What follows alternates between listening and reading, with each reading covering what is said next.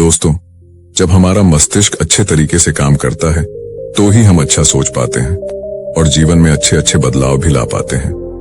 और जीवन में अगर आपको बड़े फैसले लेने हैं, मुश्किल हालातों से निपटना होता है, तो हमें मानसिक रूप से मजबूत होना बहुत ज्यादा जरूरी होता है। जरूरी नहीं कि आपकी जिंदगी में हर पल अच्छा ही होता रहे और आप तभी खुश रहें। कभी कभी आपकी जिंदगी में ऐसे वक्त भी आएंगे जहां पर आपको भारी मुसीबतों का सामना भी करना पड़ सकता है। ऐसे में कई बार होता है कि इंसान मुसीबतों का सामना करते करते अपने मुश्किल हालातों से लड़ते लड़ते अपने जीवन से हारने लगता है। लेकिन वहीं पर जो इंसान मानसिक रूप से मजबूत होते हैं, वह इन मुश्किल हालातों से अपने कठिन समय से बाहर जरूर निकल आते हैं। तो दोस्तों, आज की इस वीडियो में हम अपने मुश्किल वक्त से बाहर कैसे आएं, इसी पर चर्चा करने वाले हैं। मैं 8 नियम बताने वाला हूं, जिसे अगर आप जान और समझ लेते हैं तो यकीन मानिए आप अपने मुश्किल हालातों से जरूर बाहर निकल आएंगे और आप मानसिक रूप से एक मजबूत इंसान भी बन जाएंगे। तो मित्रों, आज की यह वीडियो बहुत ही महत्वपूर्ण होने वाली है। इसे छोड़कर कहीं जाइएगा नहीं। मित्रों, एक बार एक बौद्ध महात्मा आश्रम में अपने शिष्यों को दिमाग के ऊपर कुछ प्रवचन दे रहे थे। गुरु कह रहे थे कि इंसान के मस्तिष्क के विचार कभी अच्छे होते हैं तो कभी बुरे होते हैं। अच्छे विचार जब उसके दिमाग में जन्म लेते हैं तो वह अच्छी और कल्याणकारी बातें सोचता है, लेकिन वहीं पर अगर बुरे और गलत भावनाएं जन्म लेती हैं तो उससे उसका पतन होता है। तभी उन्हीं में से एक राजवंत नाम का शिष्य खड़ा होता है और गुरु से पूछता है कि गुरुवर, क्या कुछ ऐसा तरीका आप बता सकते हैं जिससे कि हम अपने मस्तिष्क को मजबूत और ताकतवर बना सकते हैं, खुद को मानसिक रूप से मजबूत बना सके। गुरु कहते हैं कि अवश्य मैं बताऊंगा, लेकिन उससे पहले मैं कुछ बातें मन पर बता रहा हूं जिसे तुम लोग ध्यान पूर्वक सुनना। तभी जाकर के हम बताएंगे कि मानसिक रूप से मजबूत कैसे बने। तभी तुम सब इस बात को बड़ी ही आसानी से समझ पाओगे। गुरु कहते हैं कि जब भी हम कुछ सोचते हैं तो सबसे पहले वह विचार हमारे मस्तिष्क में जन्म लेते हैं और उसी के अनुरूप हमारा पूरा शरीर कार्य करने लगता है। मान लो कि आप कुछ दुख भरी बातें सोचते हैं तो आप बिल्कुल शिथिल होते चले जाते हैं। आपके शरीर की ऊर्जा कम होने लगती है। लेकिन वहीं पर अगर आप कुछ उत्साह भरी बातें सोचते हैं तो आपके शरीर के अंदर असीमित ऊर्जा बहने लगती है। आप वाकई में ऊर्जावान दिखाई देने लगते हैं। आप ये अनुभव खुद कर पाएंगे कि जब आप खुशी होते हैं तो आपके शरीर के अंदर बहुत ऊर्जा आ जाती है। आपका रोम रोम खिल उठता है। ऐसा इसलिए हुआ क्योंकि आपने अपने दिमाग में कुछ जोश भरी बातें सोची। शरीर तो वही है आपका, लेकिन जब आप दुखी होते हैं तो आपका शरीर बिल्कुल ऊर्जा विहीन हो जाता है। लेकिन जब आपके विचार जोश भरे वाले होते हैं तो आपका शरीर खिल उठता है। यानी हमारा शरीर किस तरीके से काम करेगा, यह सब हमारे मस्तिष्क में उत्पन्न हो रहे विचारों पर निर्भर करता है। अब तुम सबको मेरी बातें बहुत ही अच्छे तरीके से समझ में आएंगी। अब हम बताने जा रहे हैं कि मानसिक रूप से हम मजबूत कैसे बने। गुरु कहते हैं कि मैं तुम सबको 8 तरीका बताऊंगा। अगर आप उन 8 तरीकों को अपने दिमाग में लाते हैं, वैसा ही सोचते हैं, तो यकीन मानिए आपका शरीर भी वैसा ही काम करने लगेगा। जैसा कि मैं पहले बता चुका हूं कि जब आप दुखी होते हैं तो आपका शरीर ऊर्जा विहीन होने लगता है, लेकिन जब आप खुश होते हैं, आपके दिमाग में अच्छा विचार आया और आप खुश हो गए, तो आपके शरीर में अच्छी ऊर्जा बहने लगती है। इसका मतलब यह है कि अगर हम वह 8 तरीका जान लें और वही हम अपने दिमाग में सोचे तो हमारा शरीर भी ऊर्जा और जोश से भर जाएगा। अर्थात हम मानसिक रूप से मजबूत बन जाएंगे। और वास्तव में जब आप मानसिक रूप से मजबूत बन जाएंगे तो आप मुश्किल हालातों का सामना बड़ी ही आसानी से कर लेंगे। गुरु कहते हैं कि शिष्यों, मानसिक रूप से मजबूत बनने का पहला नियम है, जो हो चुका है उसकी परवाह करना छोड़ दो। गुरु कहते हैं कि शिष्यों, मुझे यह बताओ कि सूर्य किस दिशा में उगता है। तो सभी शिष्यों ने एक साथ जवाब दिया कि गुरुजी, सूर्य पूर्व दिशा से निकलता है। फिर गुरुजी ने कहा कि अगर मैं यह कहूं कि सूर्य पश्चिम दिशा से निकले तो क्या वह निकलेगा? सभी शिष्य कहते हैं कि बिल्कुल नहीं गुरुवर, सूर्य तो पूर्व दिशा से ही निकलेगा। हम उसके स्थान को, उसके जगह को बदल नहीं सकते हैं। फिर गुरु कहते हैं कि मान लो बारिश का मौसम है और अगर मैं यह बोलूं कि बारिश बंद हो जाए तो क्या हमारे बोलने से बारिश बंद हो जाएगी? शिष्य कहते हैं कि नहीं गुरुवर, वह तो मौसम में बदलाव की वजह से होगा। जब मौसम में बदलाव होगा तो बारिश बंद हो जाएगी। फिर गुरुजी कहते हैं कि अगर मैं तुम लोगों से यह कहूं कि ठंडी के मौसम में गर्मी पड़ने लगे तो ऐसा होने वाला तो नहीं है। शिष्य कहते हैं, गुरुवर आप ठीक कह रहे हैं, ये कभी नहीं हो सकता कि ठंडी के मौसम में गर्मी पड़े और गर्मी के मौसम में ठंडी पड़ने लगे। ये मौसम तो प्रकृति पर निर्भर करता है, जो कि हमारे बस में नहीं है। फिर गुरु कहते हैं कि ठीक उसी प्रकार अगर जो चीज हमारे वश में नहीं होती है या जो बातें घटनाएं बीत चुकी हैं, अगर हम उन घटनाओं को लेकर के बार बार परेशान होते रहेंगे या उसकी बहुत ज्यादा परवाह करेंगे तो क्या हम भूतकाल की घटनाओं को बदल सकते हैं? शिष्य कहते हैं कि नहीं गुरुवर। फिर गुरु कहते हैं कि अगर तुम उन बीती घटनाओं को लेकर के बार बार चिंता में रहोगे और उस चीज की परवाह करोगे तो तुम परेशान होते चले जाओगे। इसीलिए तुम्हारी जिंदगी में जो घटित हो चुका है, कोशिश करो उसे भुलाने की, और उसका एकमात्र तरीका है कि आप अपने आने वाले समय पर, आने वाले भविष्य पर, आने वाली चीजों पर अपना ध्यान केंद्रित करिए। गुरु आगे कहते हैं कि मानसिक रूप से मजबूत बनने का दूसरा नियम है ध्यान करने की आदत डालें। गुरु कहते हैं कि गौतम बुद्ध जब सत्य की खोज में निकल पड़े थे तो उन्होंने बहुत सारे उपाय किए, बहुत सारे कर्म कांड किए, लेकिन उन कर्म कांडों की वजह से उन्हें बहुत ज्यादा कुछ हासिल नहीं हुआ और उनका शरीर दुबला पतला होता चला गया। लेकिन वह सत्य की खोज करने में असमर्थ रहे। उनके गुरुओं ने उन्हें बहुत सारे कर्म कांड उपाय बताए, लेकिन उन कर्म कांड का कोई मतलब नहीं हुआ। अंत में जब भगवान गौतम बुद्ध स्वयं ध्यान की अवस्था में बैठे तो धीरे धीरे ध्यान की गहराइयों में जाकर के उन्हें वह सारी चीजें लगने लगी जिस चीज की वह खोज में निकल पड़े थे। ध्यान के जरिए वह अपने सभी विचारों पर विजय पा लिए। उन्होंने पापी मार्ग को पराजित किया, काम वासना पर विजय पाई, अपनी हर एक भावना पर वह विजय पा लिए। और यह सब तभी हुआ जब वे ध्यान की गहरी अवस्था में बैठे और कई दिनों तक ऐसे ही बैठे रहे।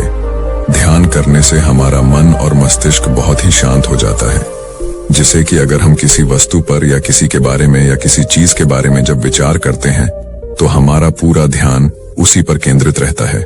हमारा दिमाग ज्यादा इधर उधर भागता नहीं है और हम चीजों को बहुत ही अच्छे तरीके से समझ पाते हैं। ध्यान ही एक ऐसा तरीका है जो आपको हर तरीके से आपके दिमाग को मजबूत बनाता है। बौद्ध भिक्षु अगर किसी बात पर ज्यादा जोर देते हैं तो वह ध्यान की प्रक्रिया पर ध्यान में कई घंटे तक बैठे रहते हैं, जिससे उनका दिमाग बहुत ही शांत रहता है, उनका मन बहुत ही शांत रहता है, और जिसका मन शांत रहता है वही किसी भी चीज पर अच्छी तरीके से विचार कर सकता है। अर्थात वह मन और मस्तिष्क दोनों से मजबूत होता चला जाता है। ध्यान करने से आपकी सारी वासनाएं आपके नियंत्रण में रहेंगी।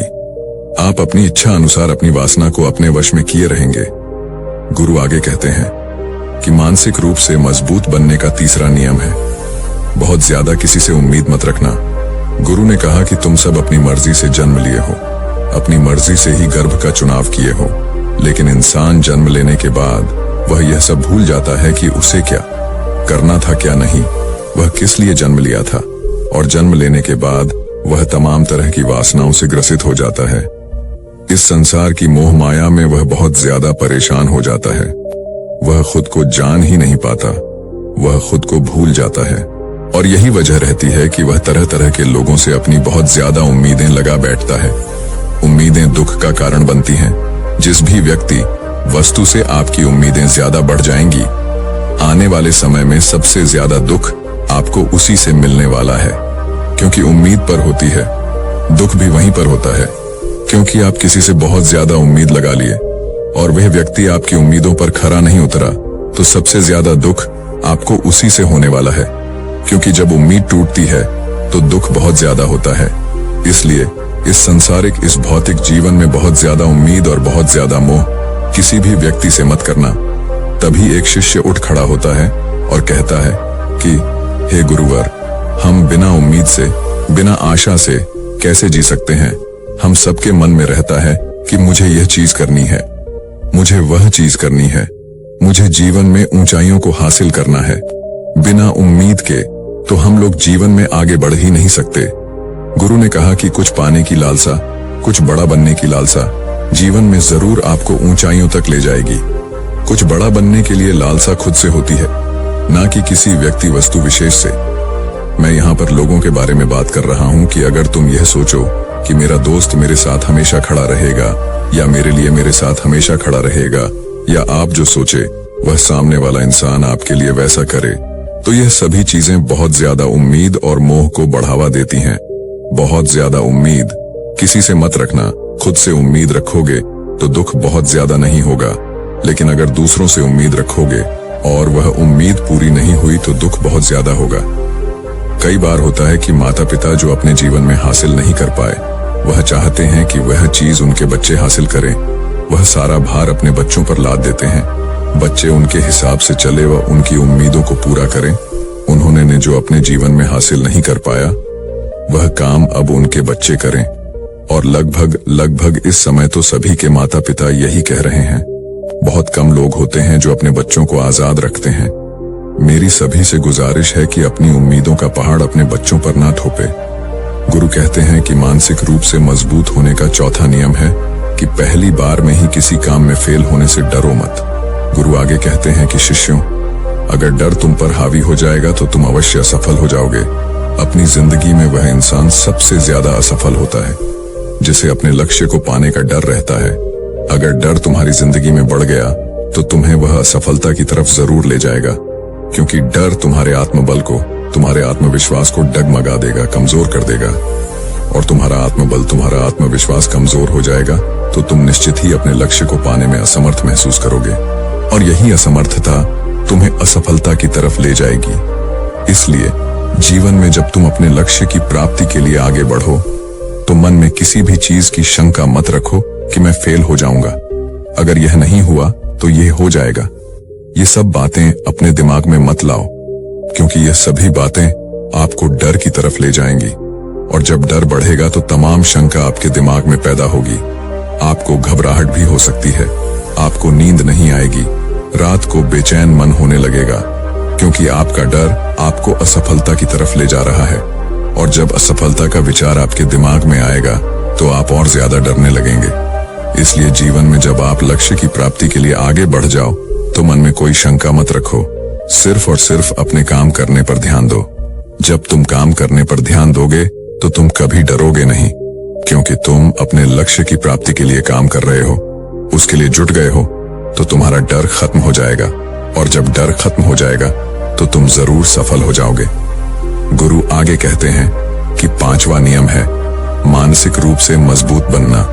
वह यह है कि जिंदगी में कभी भी खुद को कोसो नहीं। गुरु कहते हैं कि जो इंसान जितना ज्यादा संघर्ष करता है वह उतना ही मजबूत बनता चला जाता है। जितना ज्यादा तुम मजबूत बनोगे उतना ही ज्यादा तुम काबिल होते चले जाओगे। इसलिए अगर तुम किसी भी चीज में असफल भी हो जाते हो, या कोई चीज तुम्हारी इच्छा के अनुसार नहीं हुई, या तुमने कुछ ऐसा कार्य किया जैसा नहीं करना चाहिए था, और इन सब बातों को लेकर के अगर तुम पछता रहे हो, खुद को कोस रहे हो, तो यह तुम्हें मानसिक रूप से कमजोर करता चला जाएगा। क्योंकि खुद को कोसना बहुत ज्यादा खतरनाक होता है। यह आपके दिमाग की क्षमता को कम कर देगा, आपकी सोचने समझने की शक्ति को कम कर देगा, आपके आत्मबल, आपके आत्मविश्वास को कम कर देगा। इसीलिए जीवन में कभी भी किसी भी कार्य के लिए खुद को कोसना नहीं, क्योंकि अगर वह कार्य तुमसे नहीं हुआ है या जो तुम सोच रहे हो वह जिंदगी में नहीं कर पाए, तो इसका मतलब यह नहीं है कि तुम असफल ही हो गए। अगर मैं यह कहूं कि यह सामने वाला आम का पेड़ है, इस पर सबसे पहले कौन सा जानवर चढ़ेगा? हाथी चढ़ेगा, बंदर चढ़ेगा, या फिर गिलहरी और या फिर शेर? तो सभी शिष्यों ने कहा कि गुरुवर, इस पर तो गिलहरी और बंदर सबसे पहले चढ़ जाएंगे। तभी फिर गुरु कहते हैं कि तो अगर ये हाथी सोचे कि मैं इस पेड़ पर नहीं चढ़ पाया, अगर वह खुद को कोसने लगे तो क्या यह सही है? शिष्य ने कहा कि गुरुवर, यह तो गलत बात है, क्योंकि हाथी तो कभी भी पेड़ पर चढ़ ही नहीं सकता। हाथी तो पेड़ पर चढ़ने के लिए बना ही नहीं है। गुरु कहते हैं कि ठीक इसी प्रकार हर एक व्यक्ति का काम करने की कला का, दिमाग का अलग अलग महत्व होता है। कोई किसी कार्य में माहिर होता है तो कोई किसी कार्य में। बस हमें इसी को समझने की जरूरत होती है।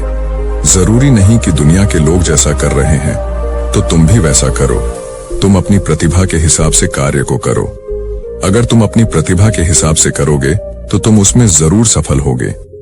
गुरु आगे कहते हैं कि मानसिक रूप से मजबूत बनने का छठा नियम है अपनी ऊर्जा को व्यर्थ में बर्बाद मत करो। गुरु कहते हैं कि तुम सबके अंदर अभी बहुत ऊर्जा है। कभी भी अपनी ऊर्जा को गलत कार्यों में, गलत लोगों पर बर्बाद मत करना, क्योंकि अगर तुम अपनी ऊर्जा को बर्बाद करोगे तो वह तुम्हें बर्बादी की तरफ ले जाएगी। इसलिए अपनी ऊर्जा को अपने लक्ष्य में लगाओ, क्योंकि अभी तुम सबके पास बहुत ज्यादा ऊर्जा है। अगर तुम सब पूरी ऊर्जा के साथ अपने लक्ष्य पर जुड़ जाओगे तो तुम जरूर सफल हो जाओगे। लेकिन अगर तुम ऊर्जा को गलत जगह पर लगा रहे हो तो तुम्हारी ऊर्जा बिखरने लगेगी, और जब ऊर्जा बिखरने लगेगी तो तुम कभी भी अपने लक्ष्य को प्राप्त नहीं कर पाओगे। गुरु आगे कहते हैं कि मानसिक रूप से मजबूत बनने का 7वां नियम है, सुनो सबकी लेकिन करो अपने मन की। गुरु कहते हैं कि शिष्यों, पहले ध्यान से तुम यह पता करो कि तुम्हारे अंदर कितनी क्षमता है। अगर तुम सबको अपनी क्षमता के बारे में पता है तो तुम अपनी क्षमता के हिसाब से कार्य को करो। भले लाखों लोग तुमसे यह बोले कि तुम इस कार्य को नहीं कर सकते हो, उस कार्य को नहीं कर सकते हो, तो तुम कभी भी उन पर भरोसा नहीं करना या उनके हिसाब से मत चलना, क्योंकि शरीर तुम्हारा अपना है। तुम्हें खुद के बारे में सबसे ज्यादा तुम ही जान पाओगे। कोई दूसरा तुम्हारे बारे में तुमसे ज्यादा नहीं जान पाएगा। तुम सबको अपने अपने बारे में पता होगा, अपनी अपनी क्षमता के बारे में पता होगा कि तुम इस कार्य को या किसी भी कार्य को कैसे कर सकते हो। कोई किसी कार्य को बहुत जल्दी कर सकता है तो कोई थोड़ा समय लगा सकता है। ये सब बातें तुम सबको खुद के बारे में सबसे ज्यादा तुम्ही को ही पता होगी। इसलिए तुम्हारे अंदर जो क्षमता है, अपनी क्षमता के हिसाब से ही अपने कार्य का चुनाव करो। और जब तुम अपनी क्षमता के हिसाब से कार्य को करोगे, खुद के अंदर की आवाज को सुनोगे, तो तुम जीवन में जरूर आगे जाओगे।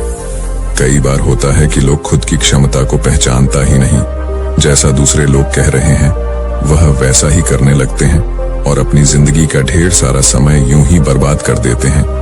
उनसे ऐसा काम करने को कहा गया था तो वह भी वैसा ही काम करने में जुट गए, बिना सोचे समझे कि उनकी क्षमता कितनी है या उनकी प्रतिभा उस कार्य में है कि नहीं। तो ऐसे लोग कभी भी अपने लक्ष्य को प्राप्त नहीं कर सकते, क्योंकि जो इंसान अपनी खुद की क्षमता को नहीं पहचान पाएगा वह जीवन में कभी भी सफलता अर्जित नहीं कर पाएगा।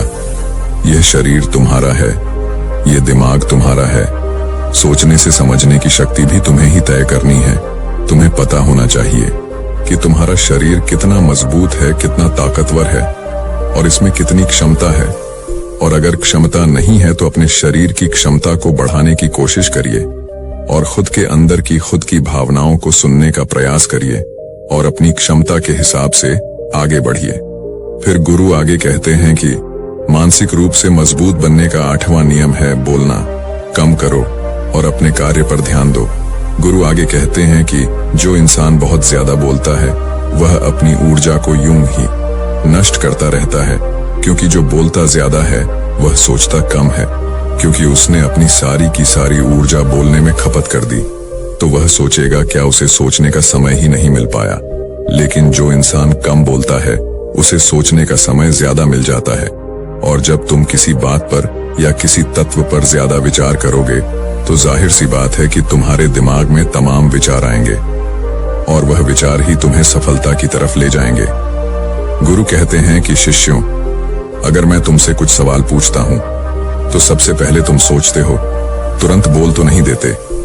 लेकिन अगर कोई यहां बैठा है और वह अपने साथी से बात कर रहा है, अपने दूसरे गुरु भाइयों से बात कर रहा है, तो वह कभी हमारी बात पर ध्यान नहीं दे पाएगा। और जब हम प्रश्न पूछेंगे तो उसका गलत जवाब वह दे देगा, क्योंकि वह बोलने में अपनी ऊर्जा व्यर्थ कर रहा है। वह हमारी तरफ तो ध्यान दिया ही नहीं।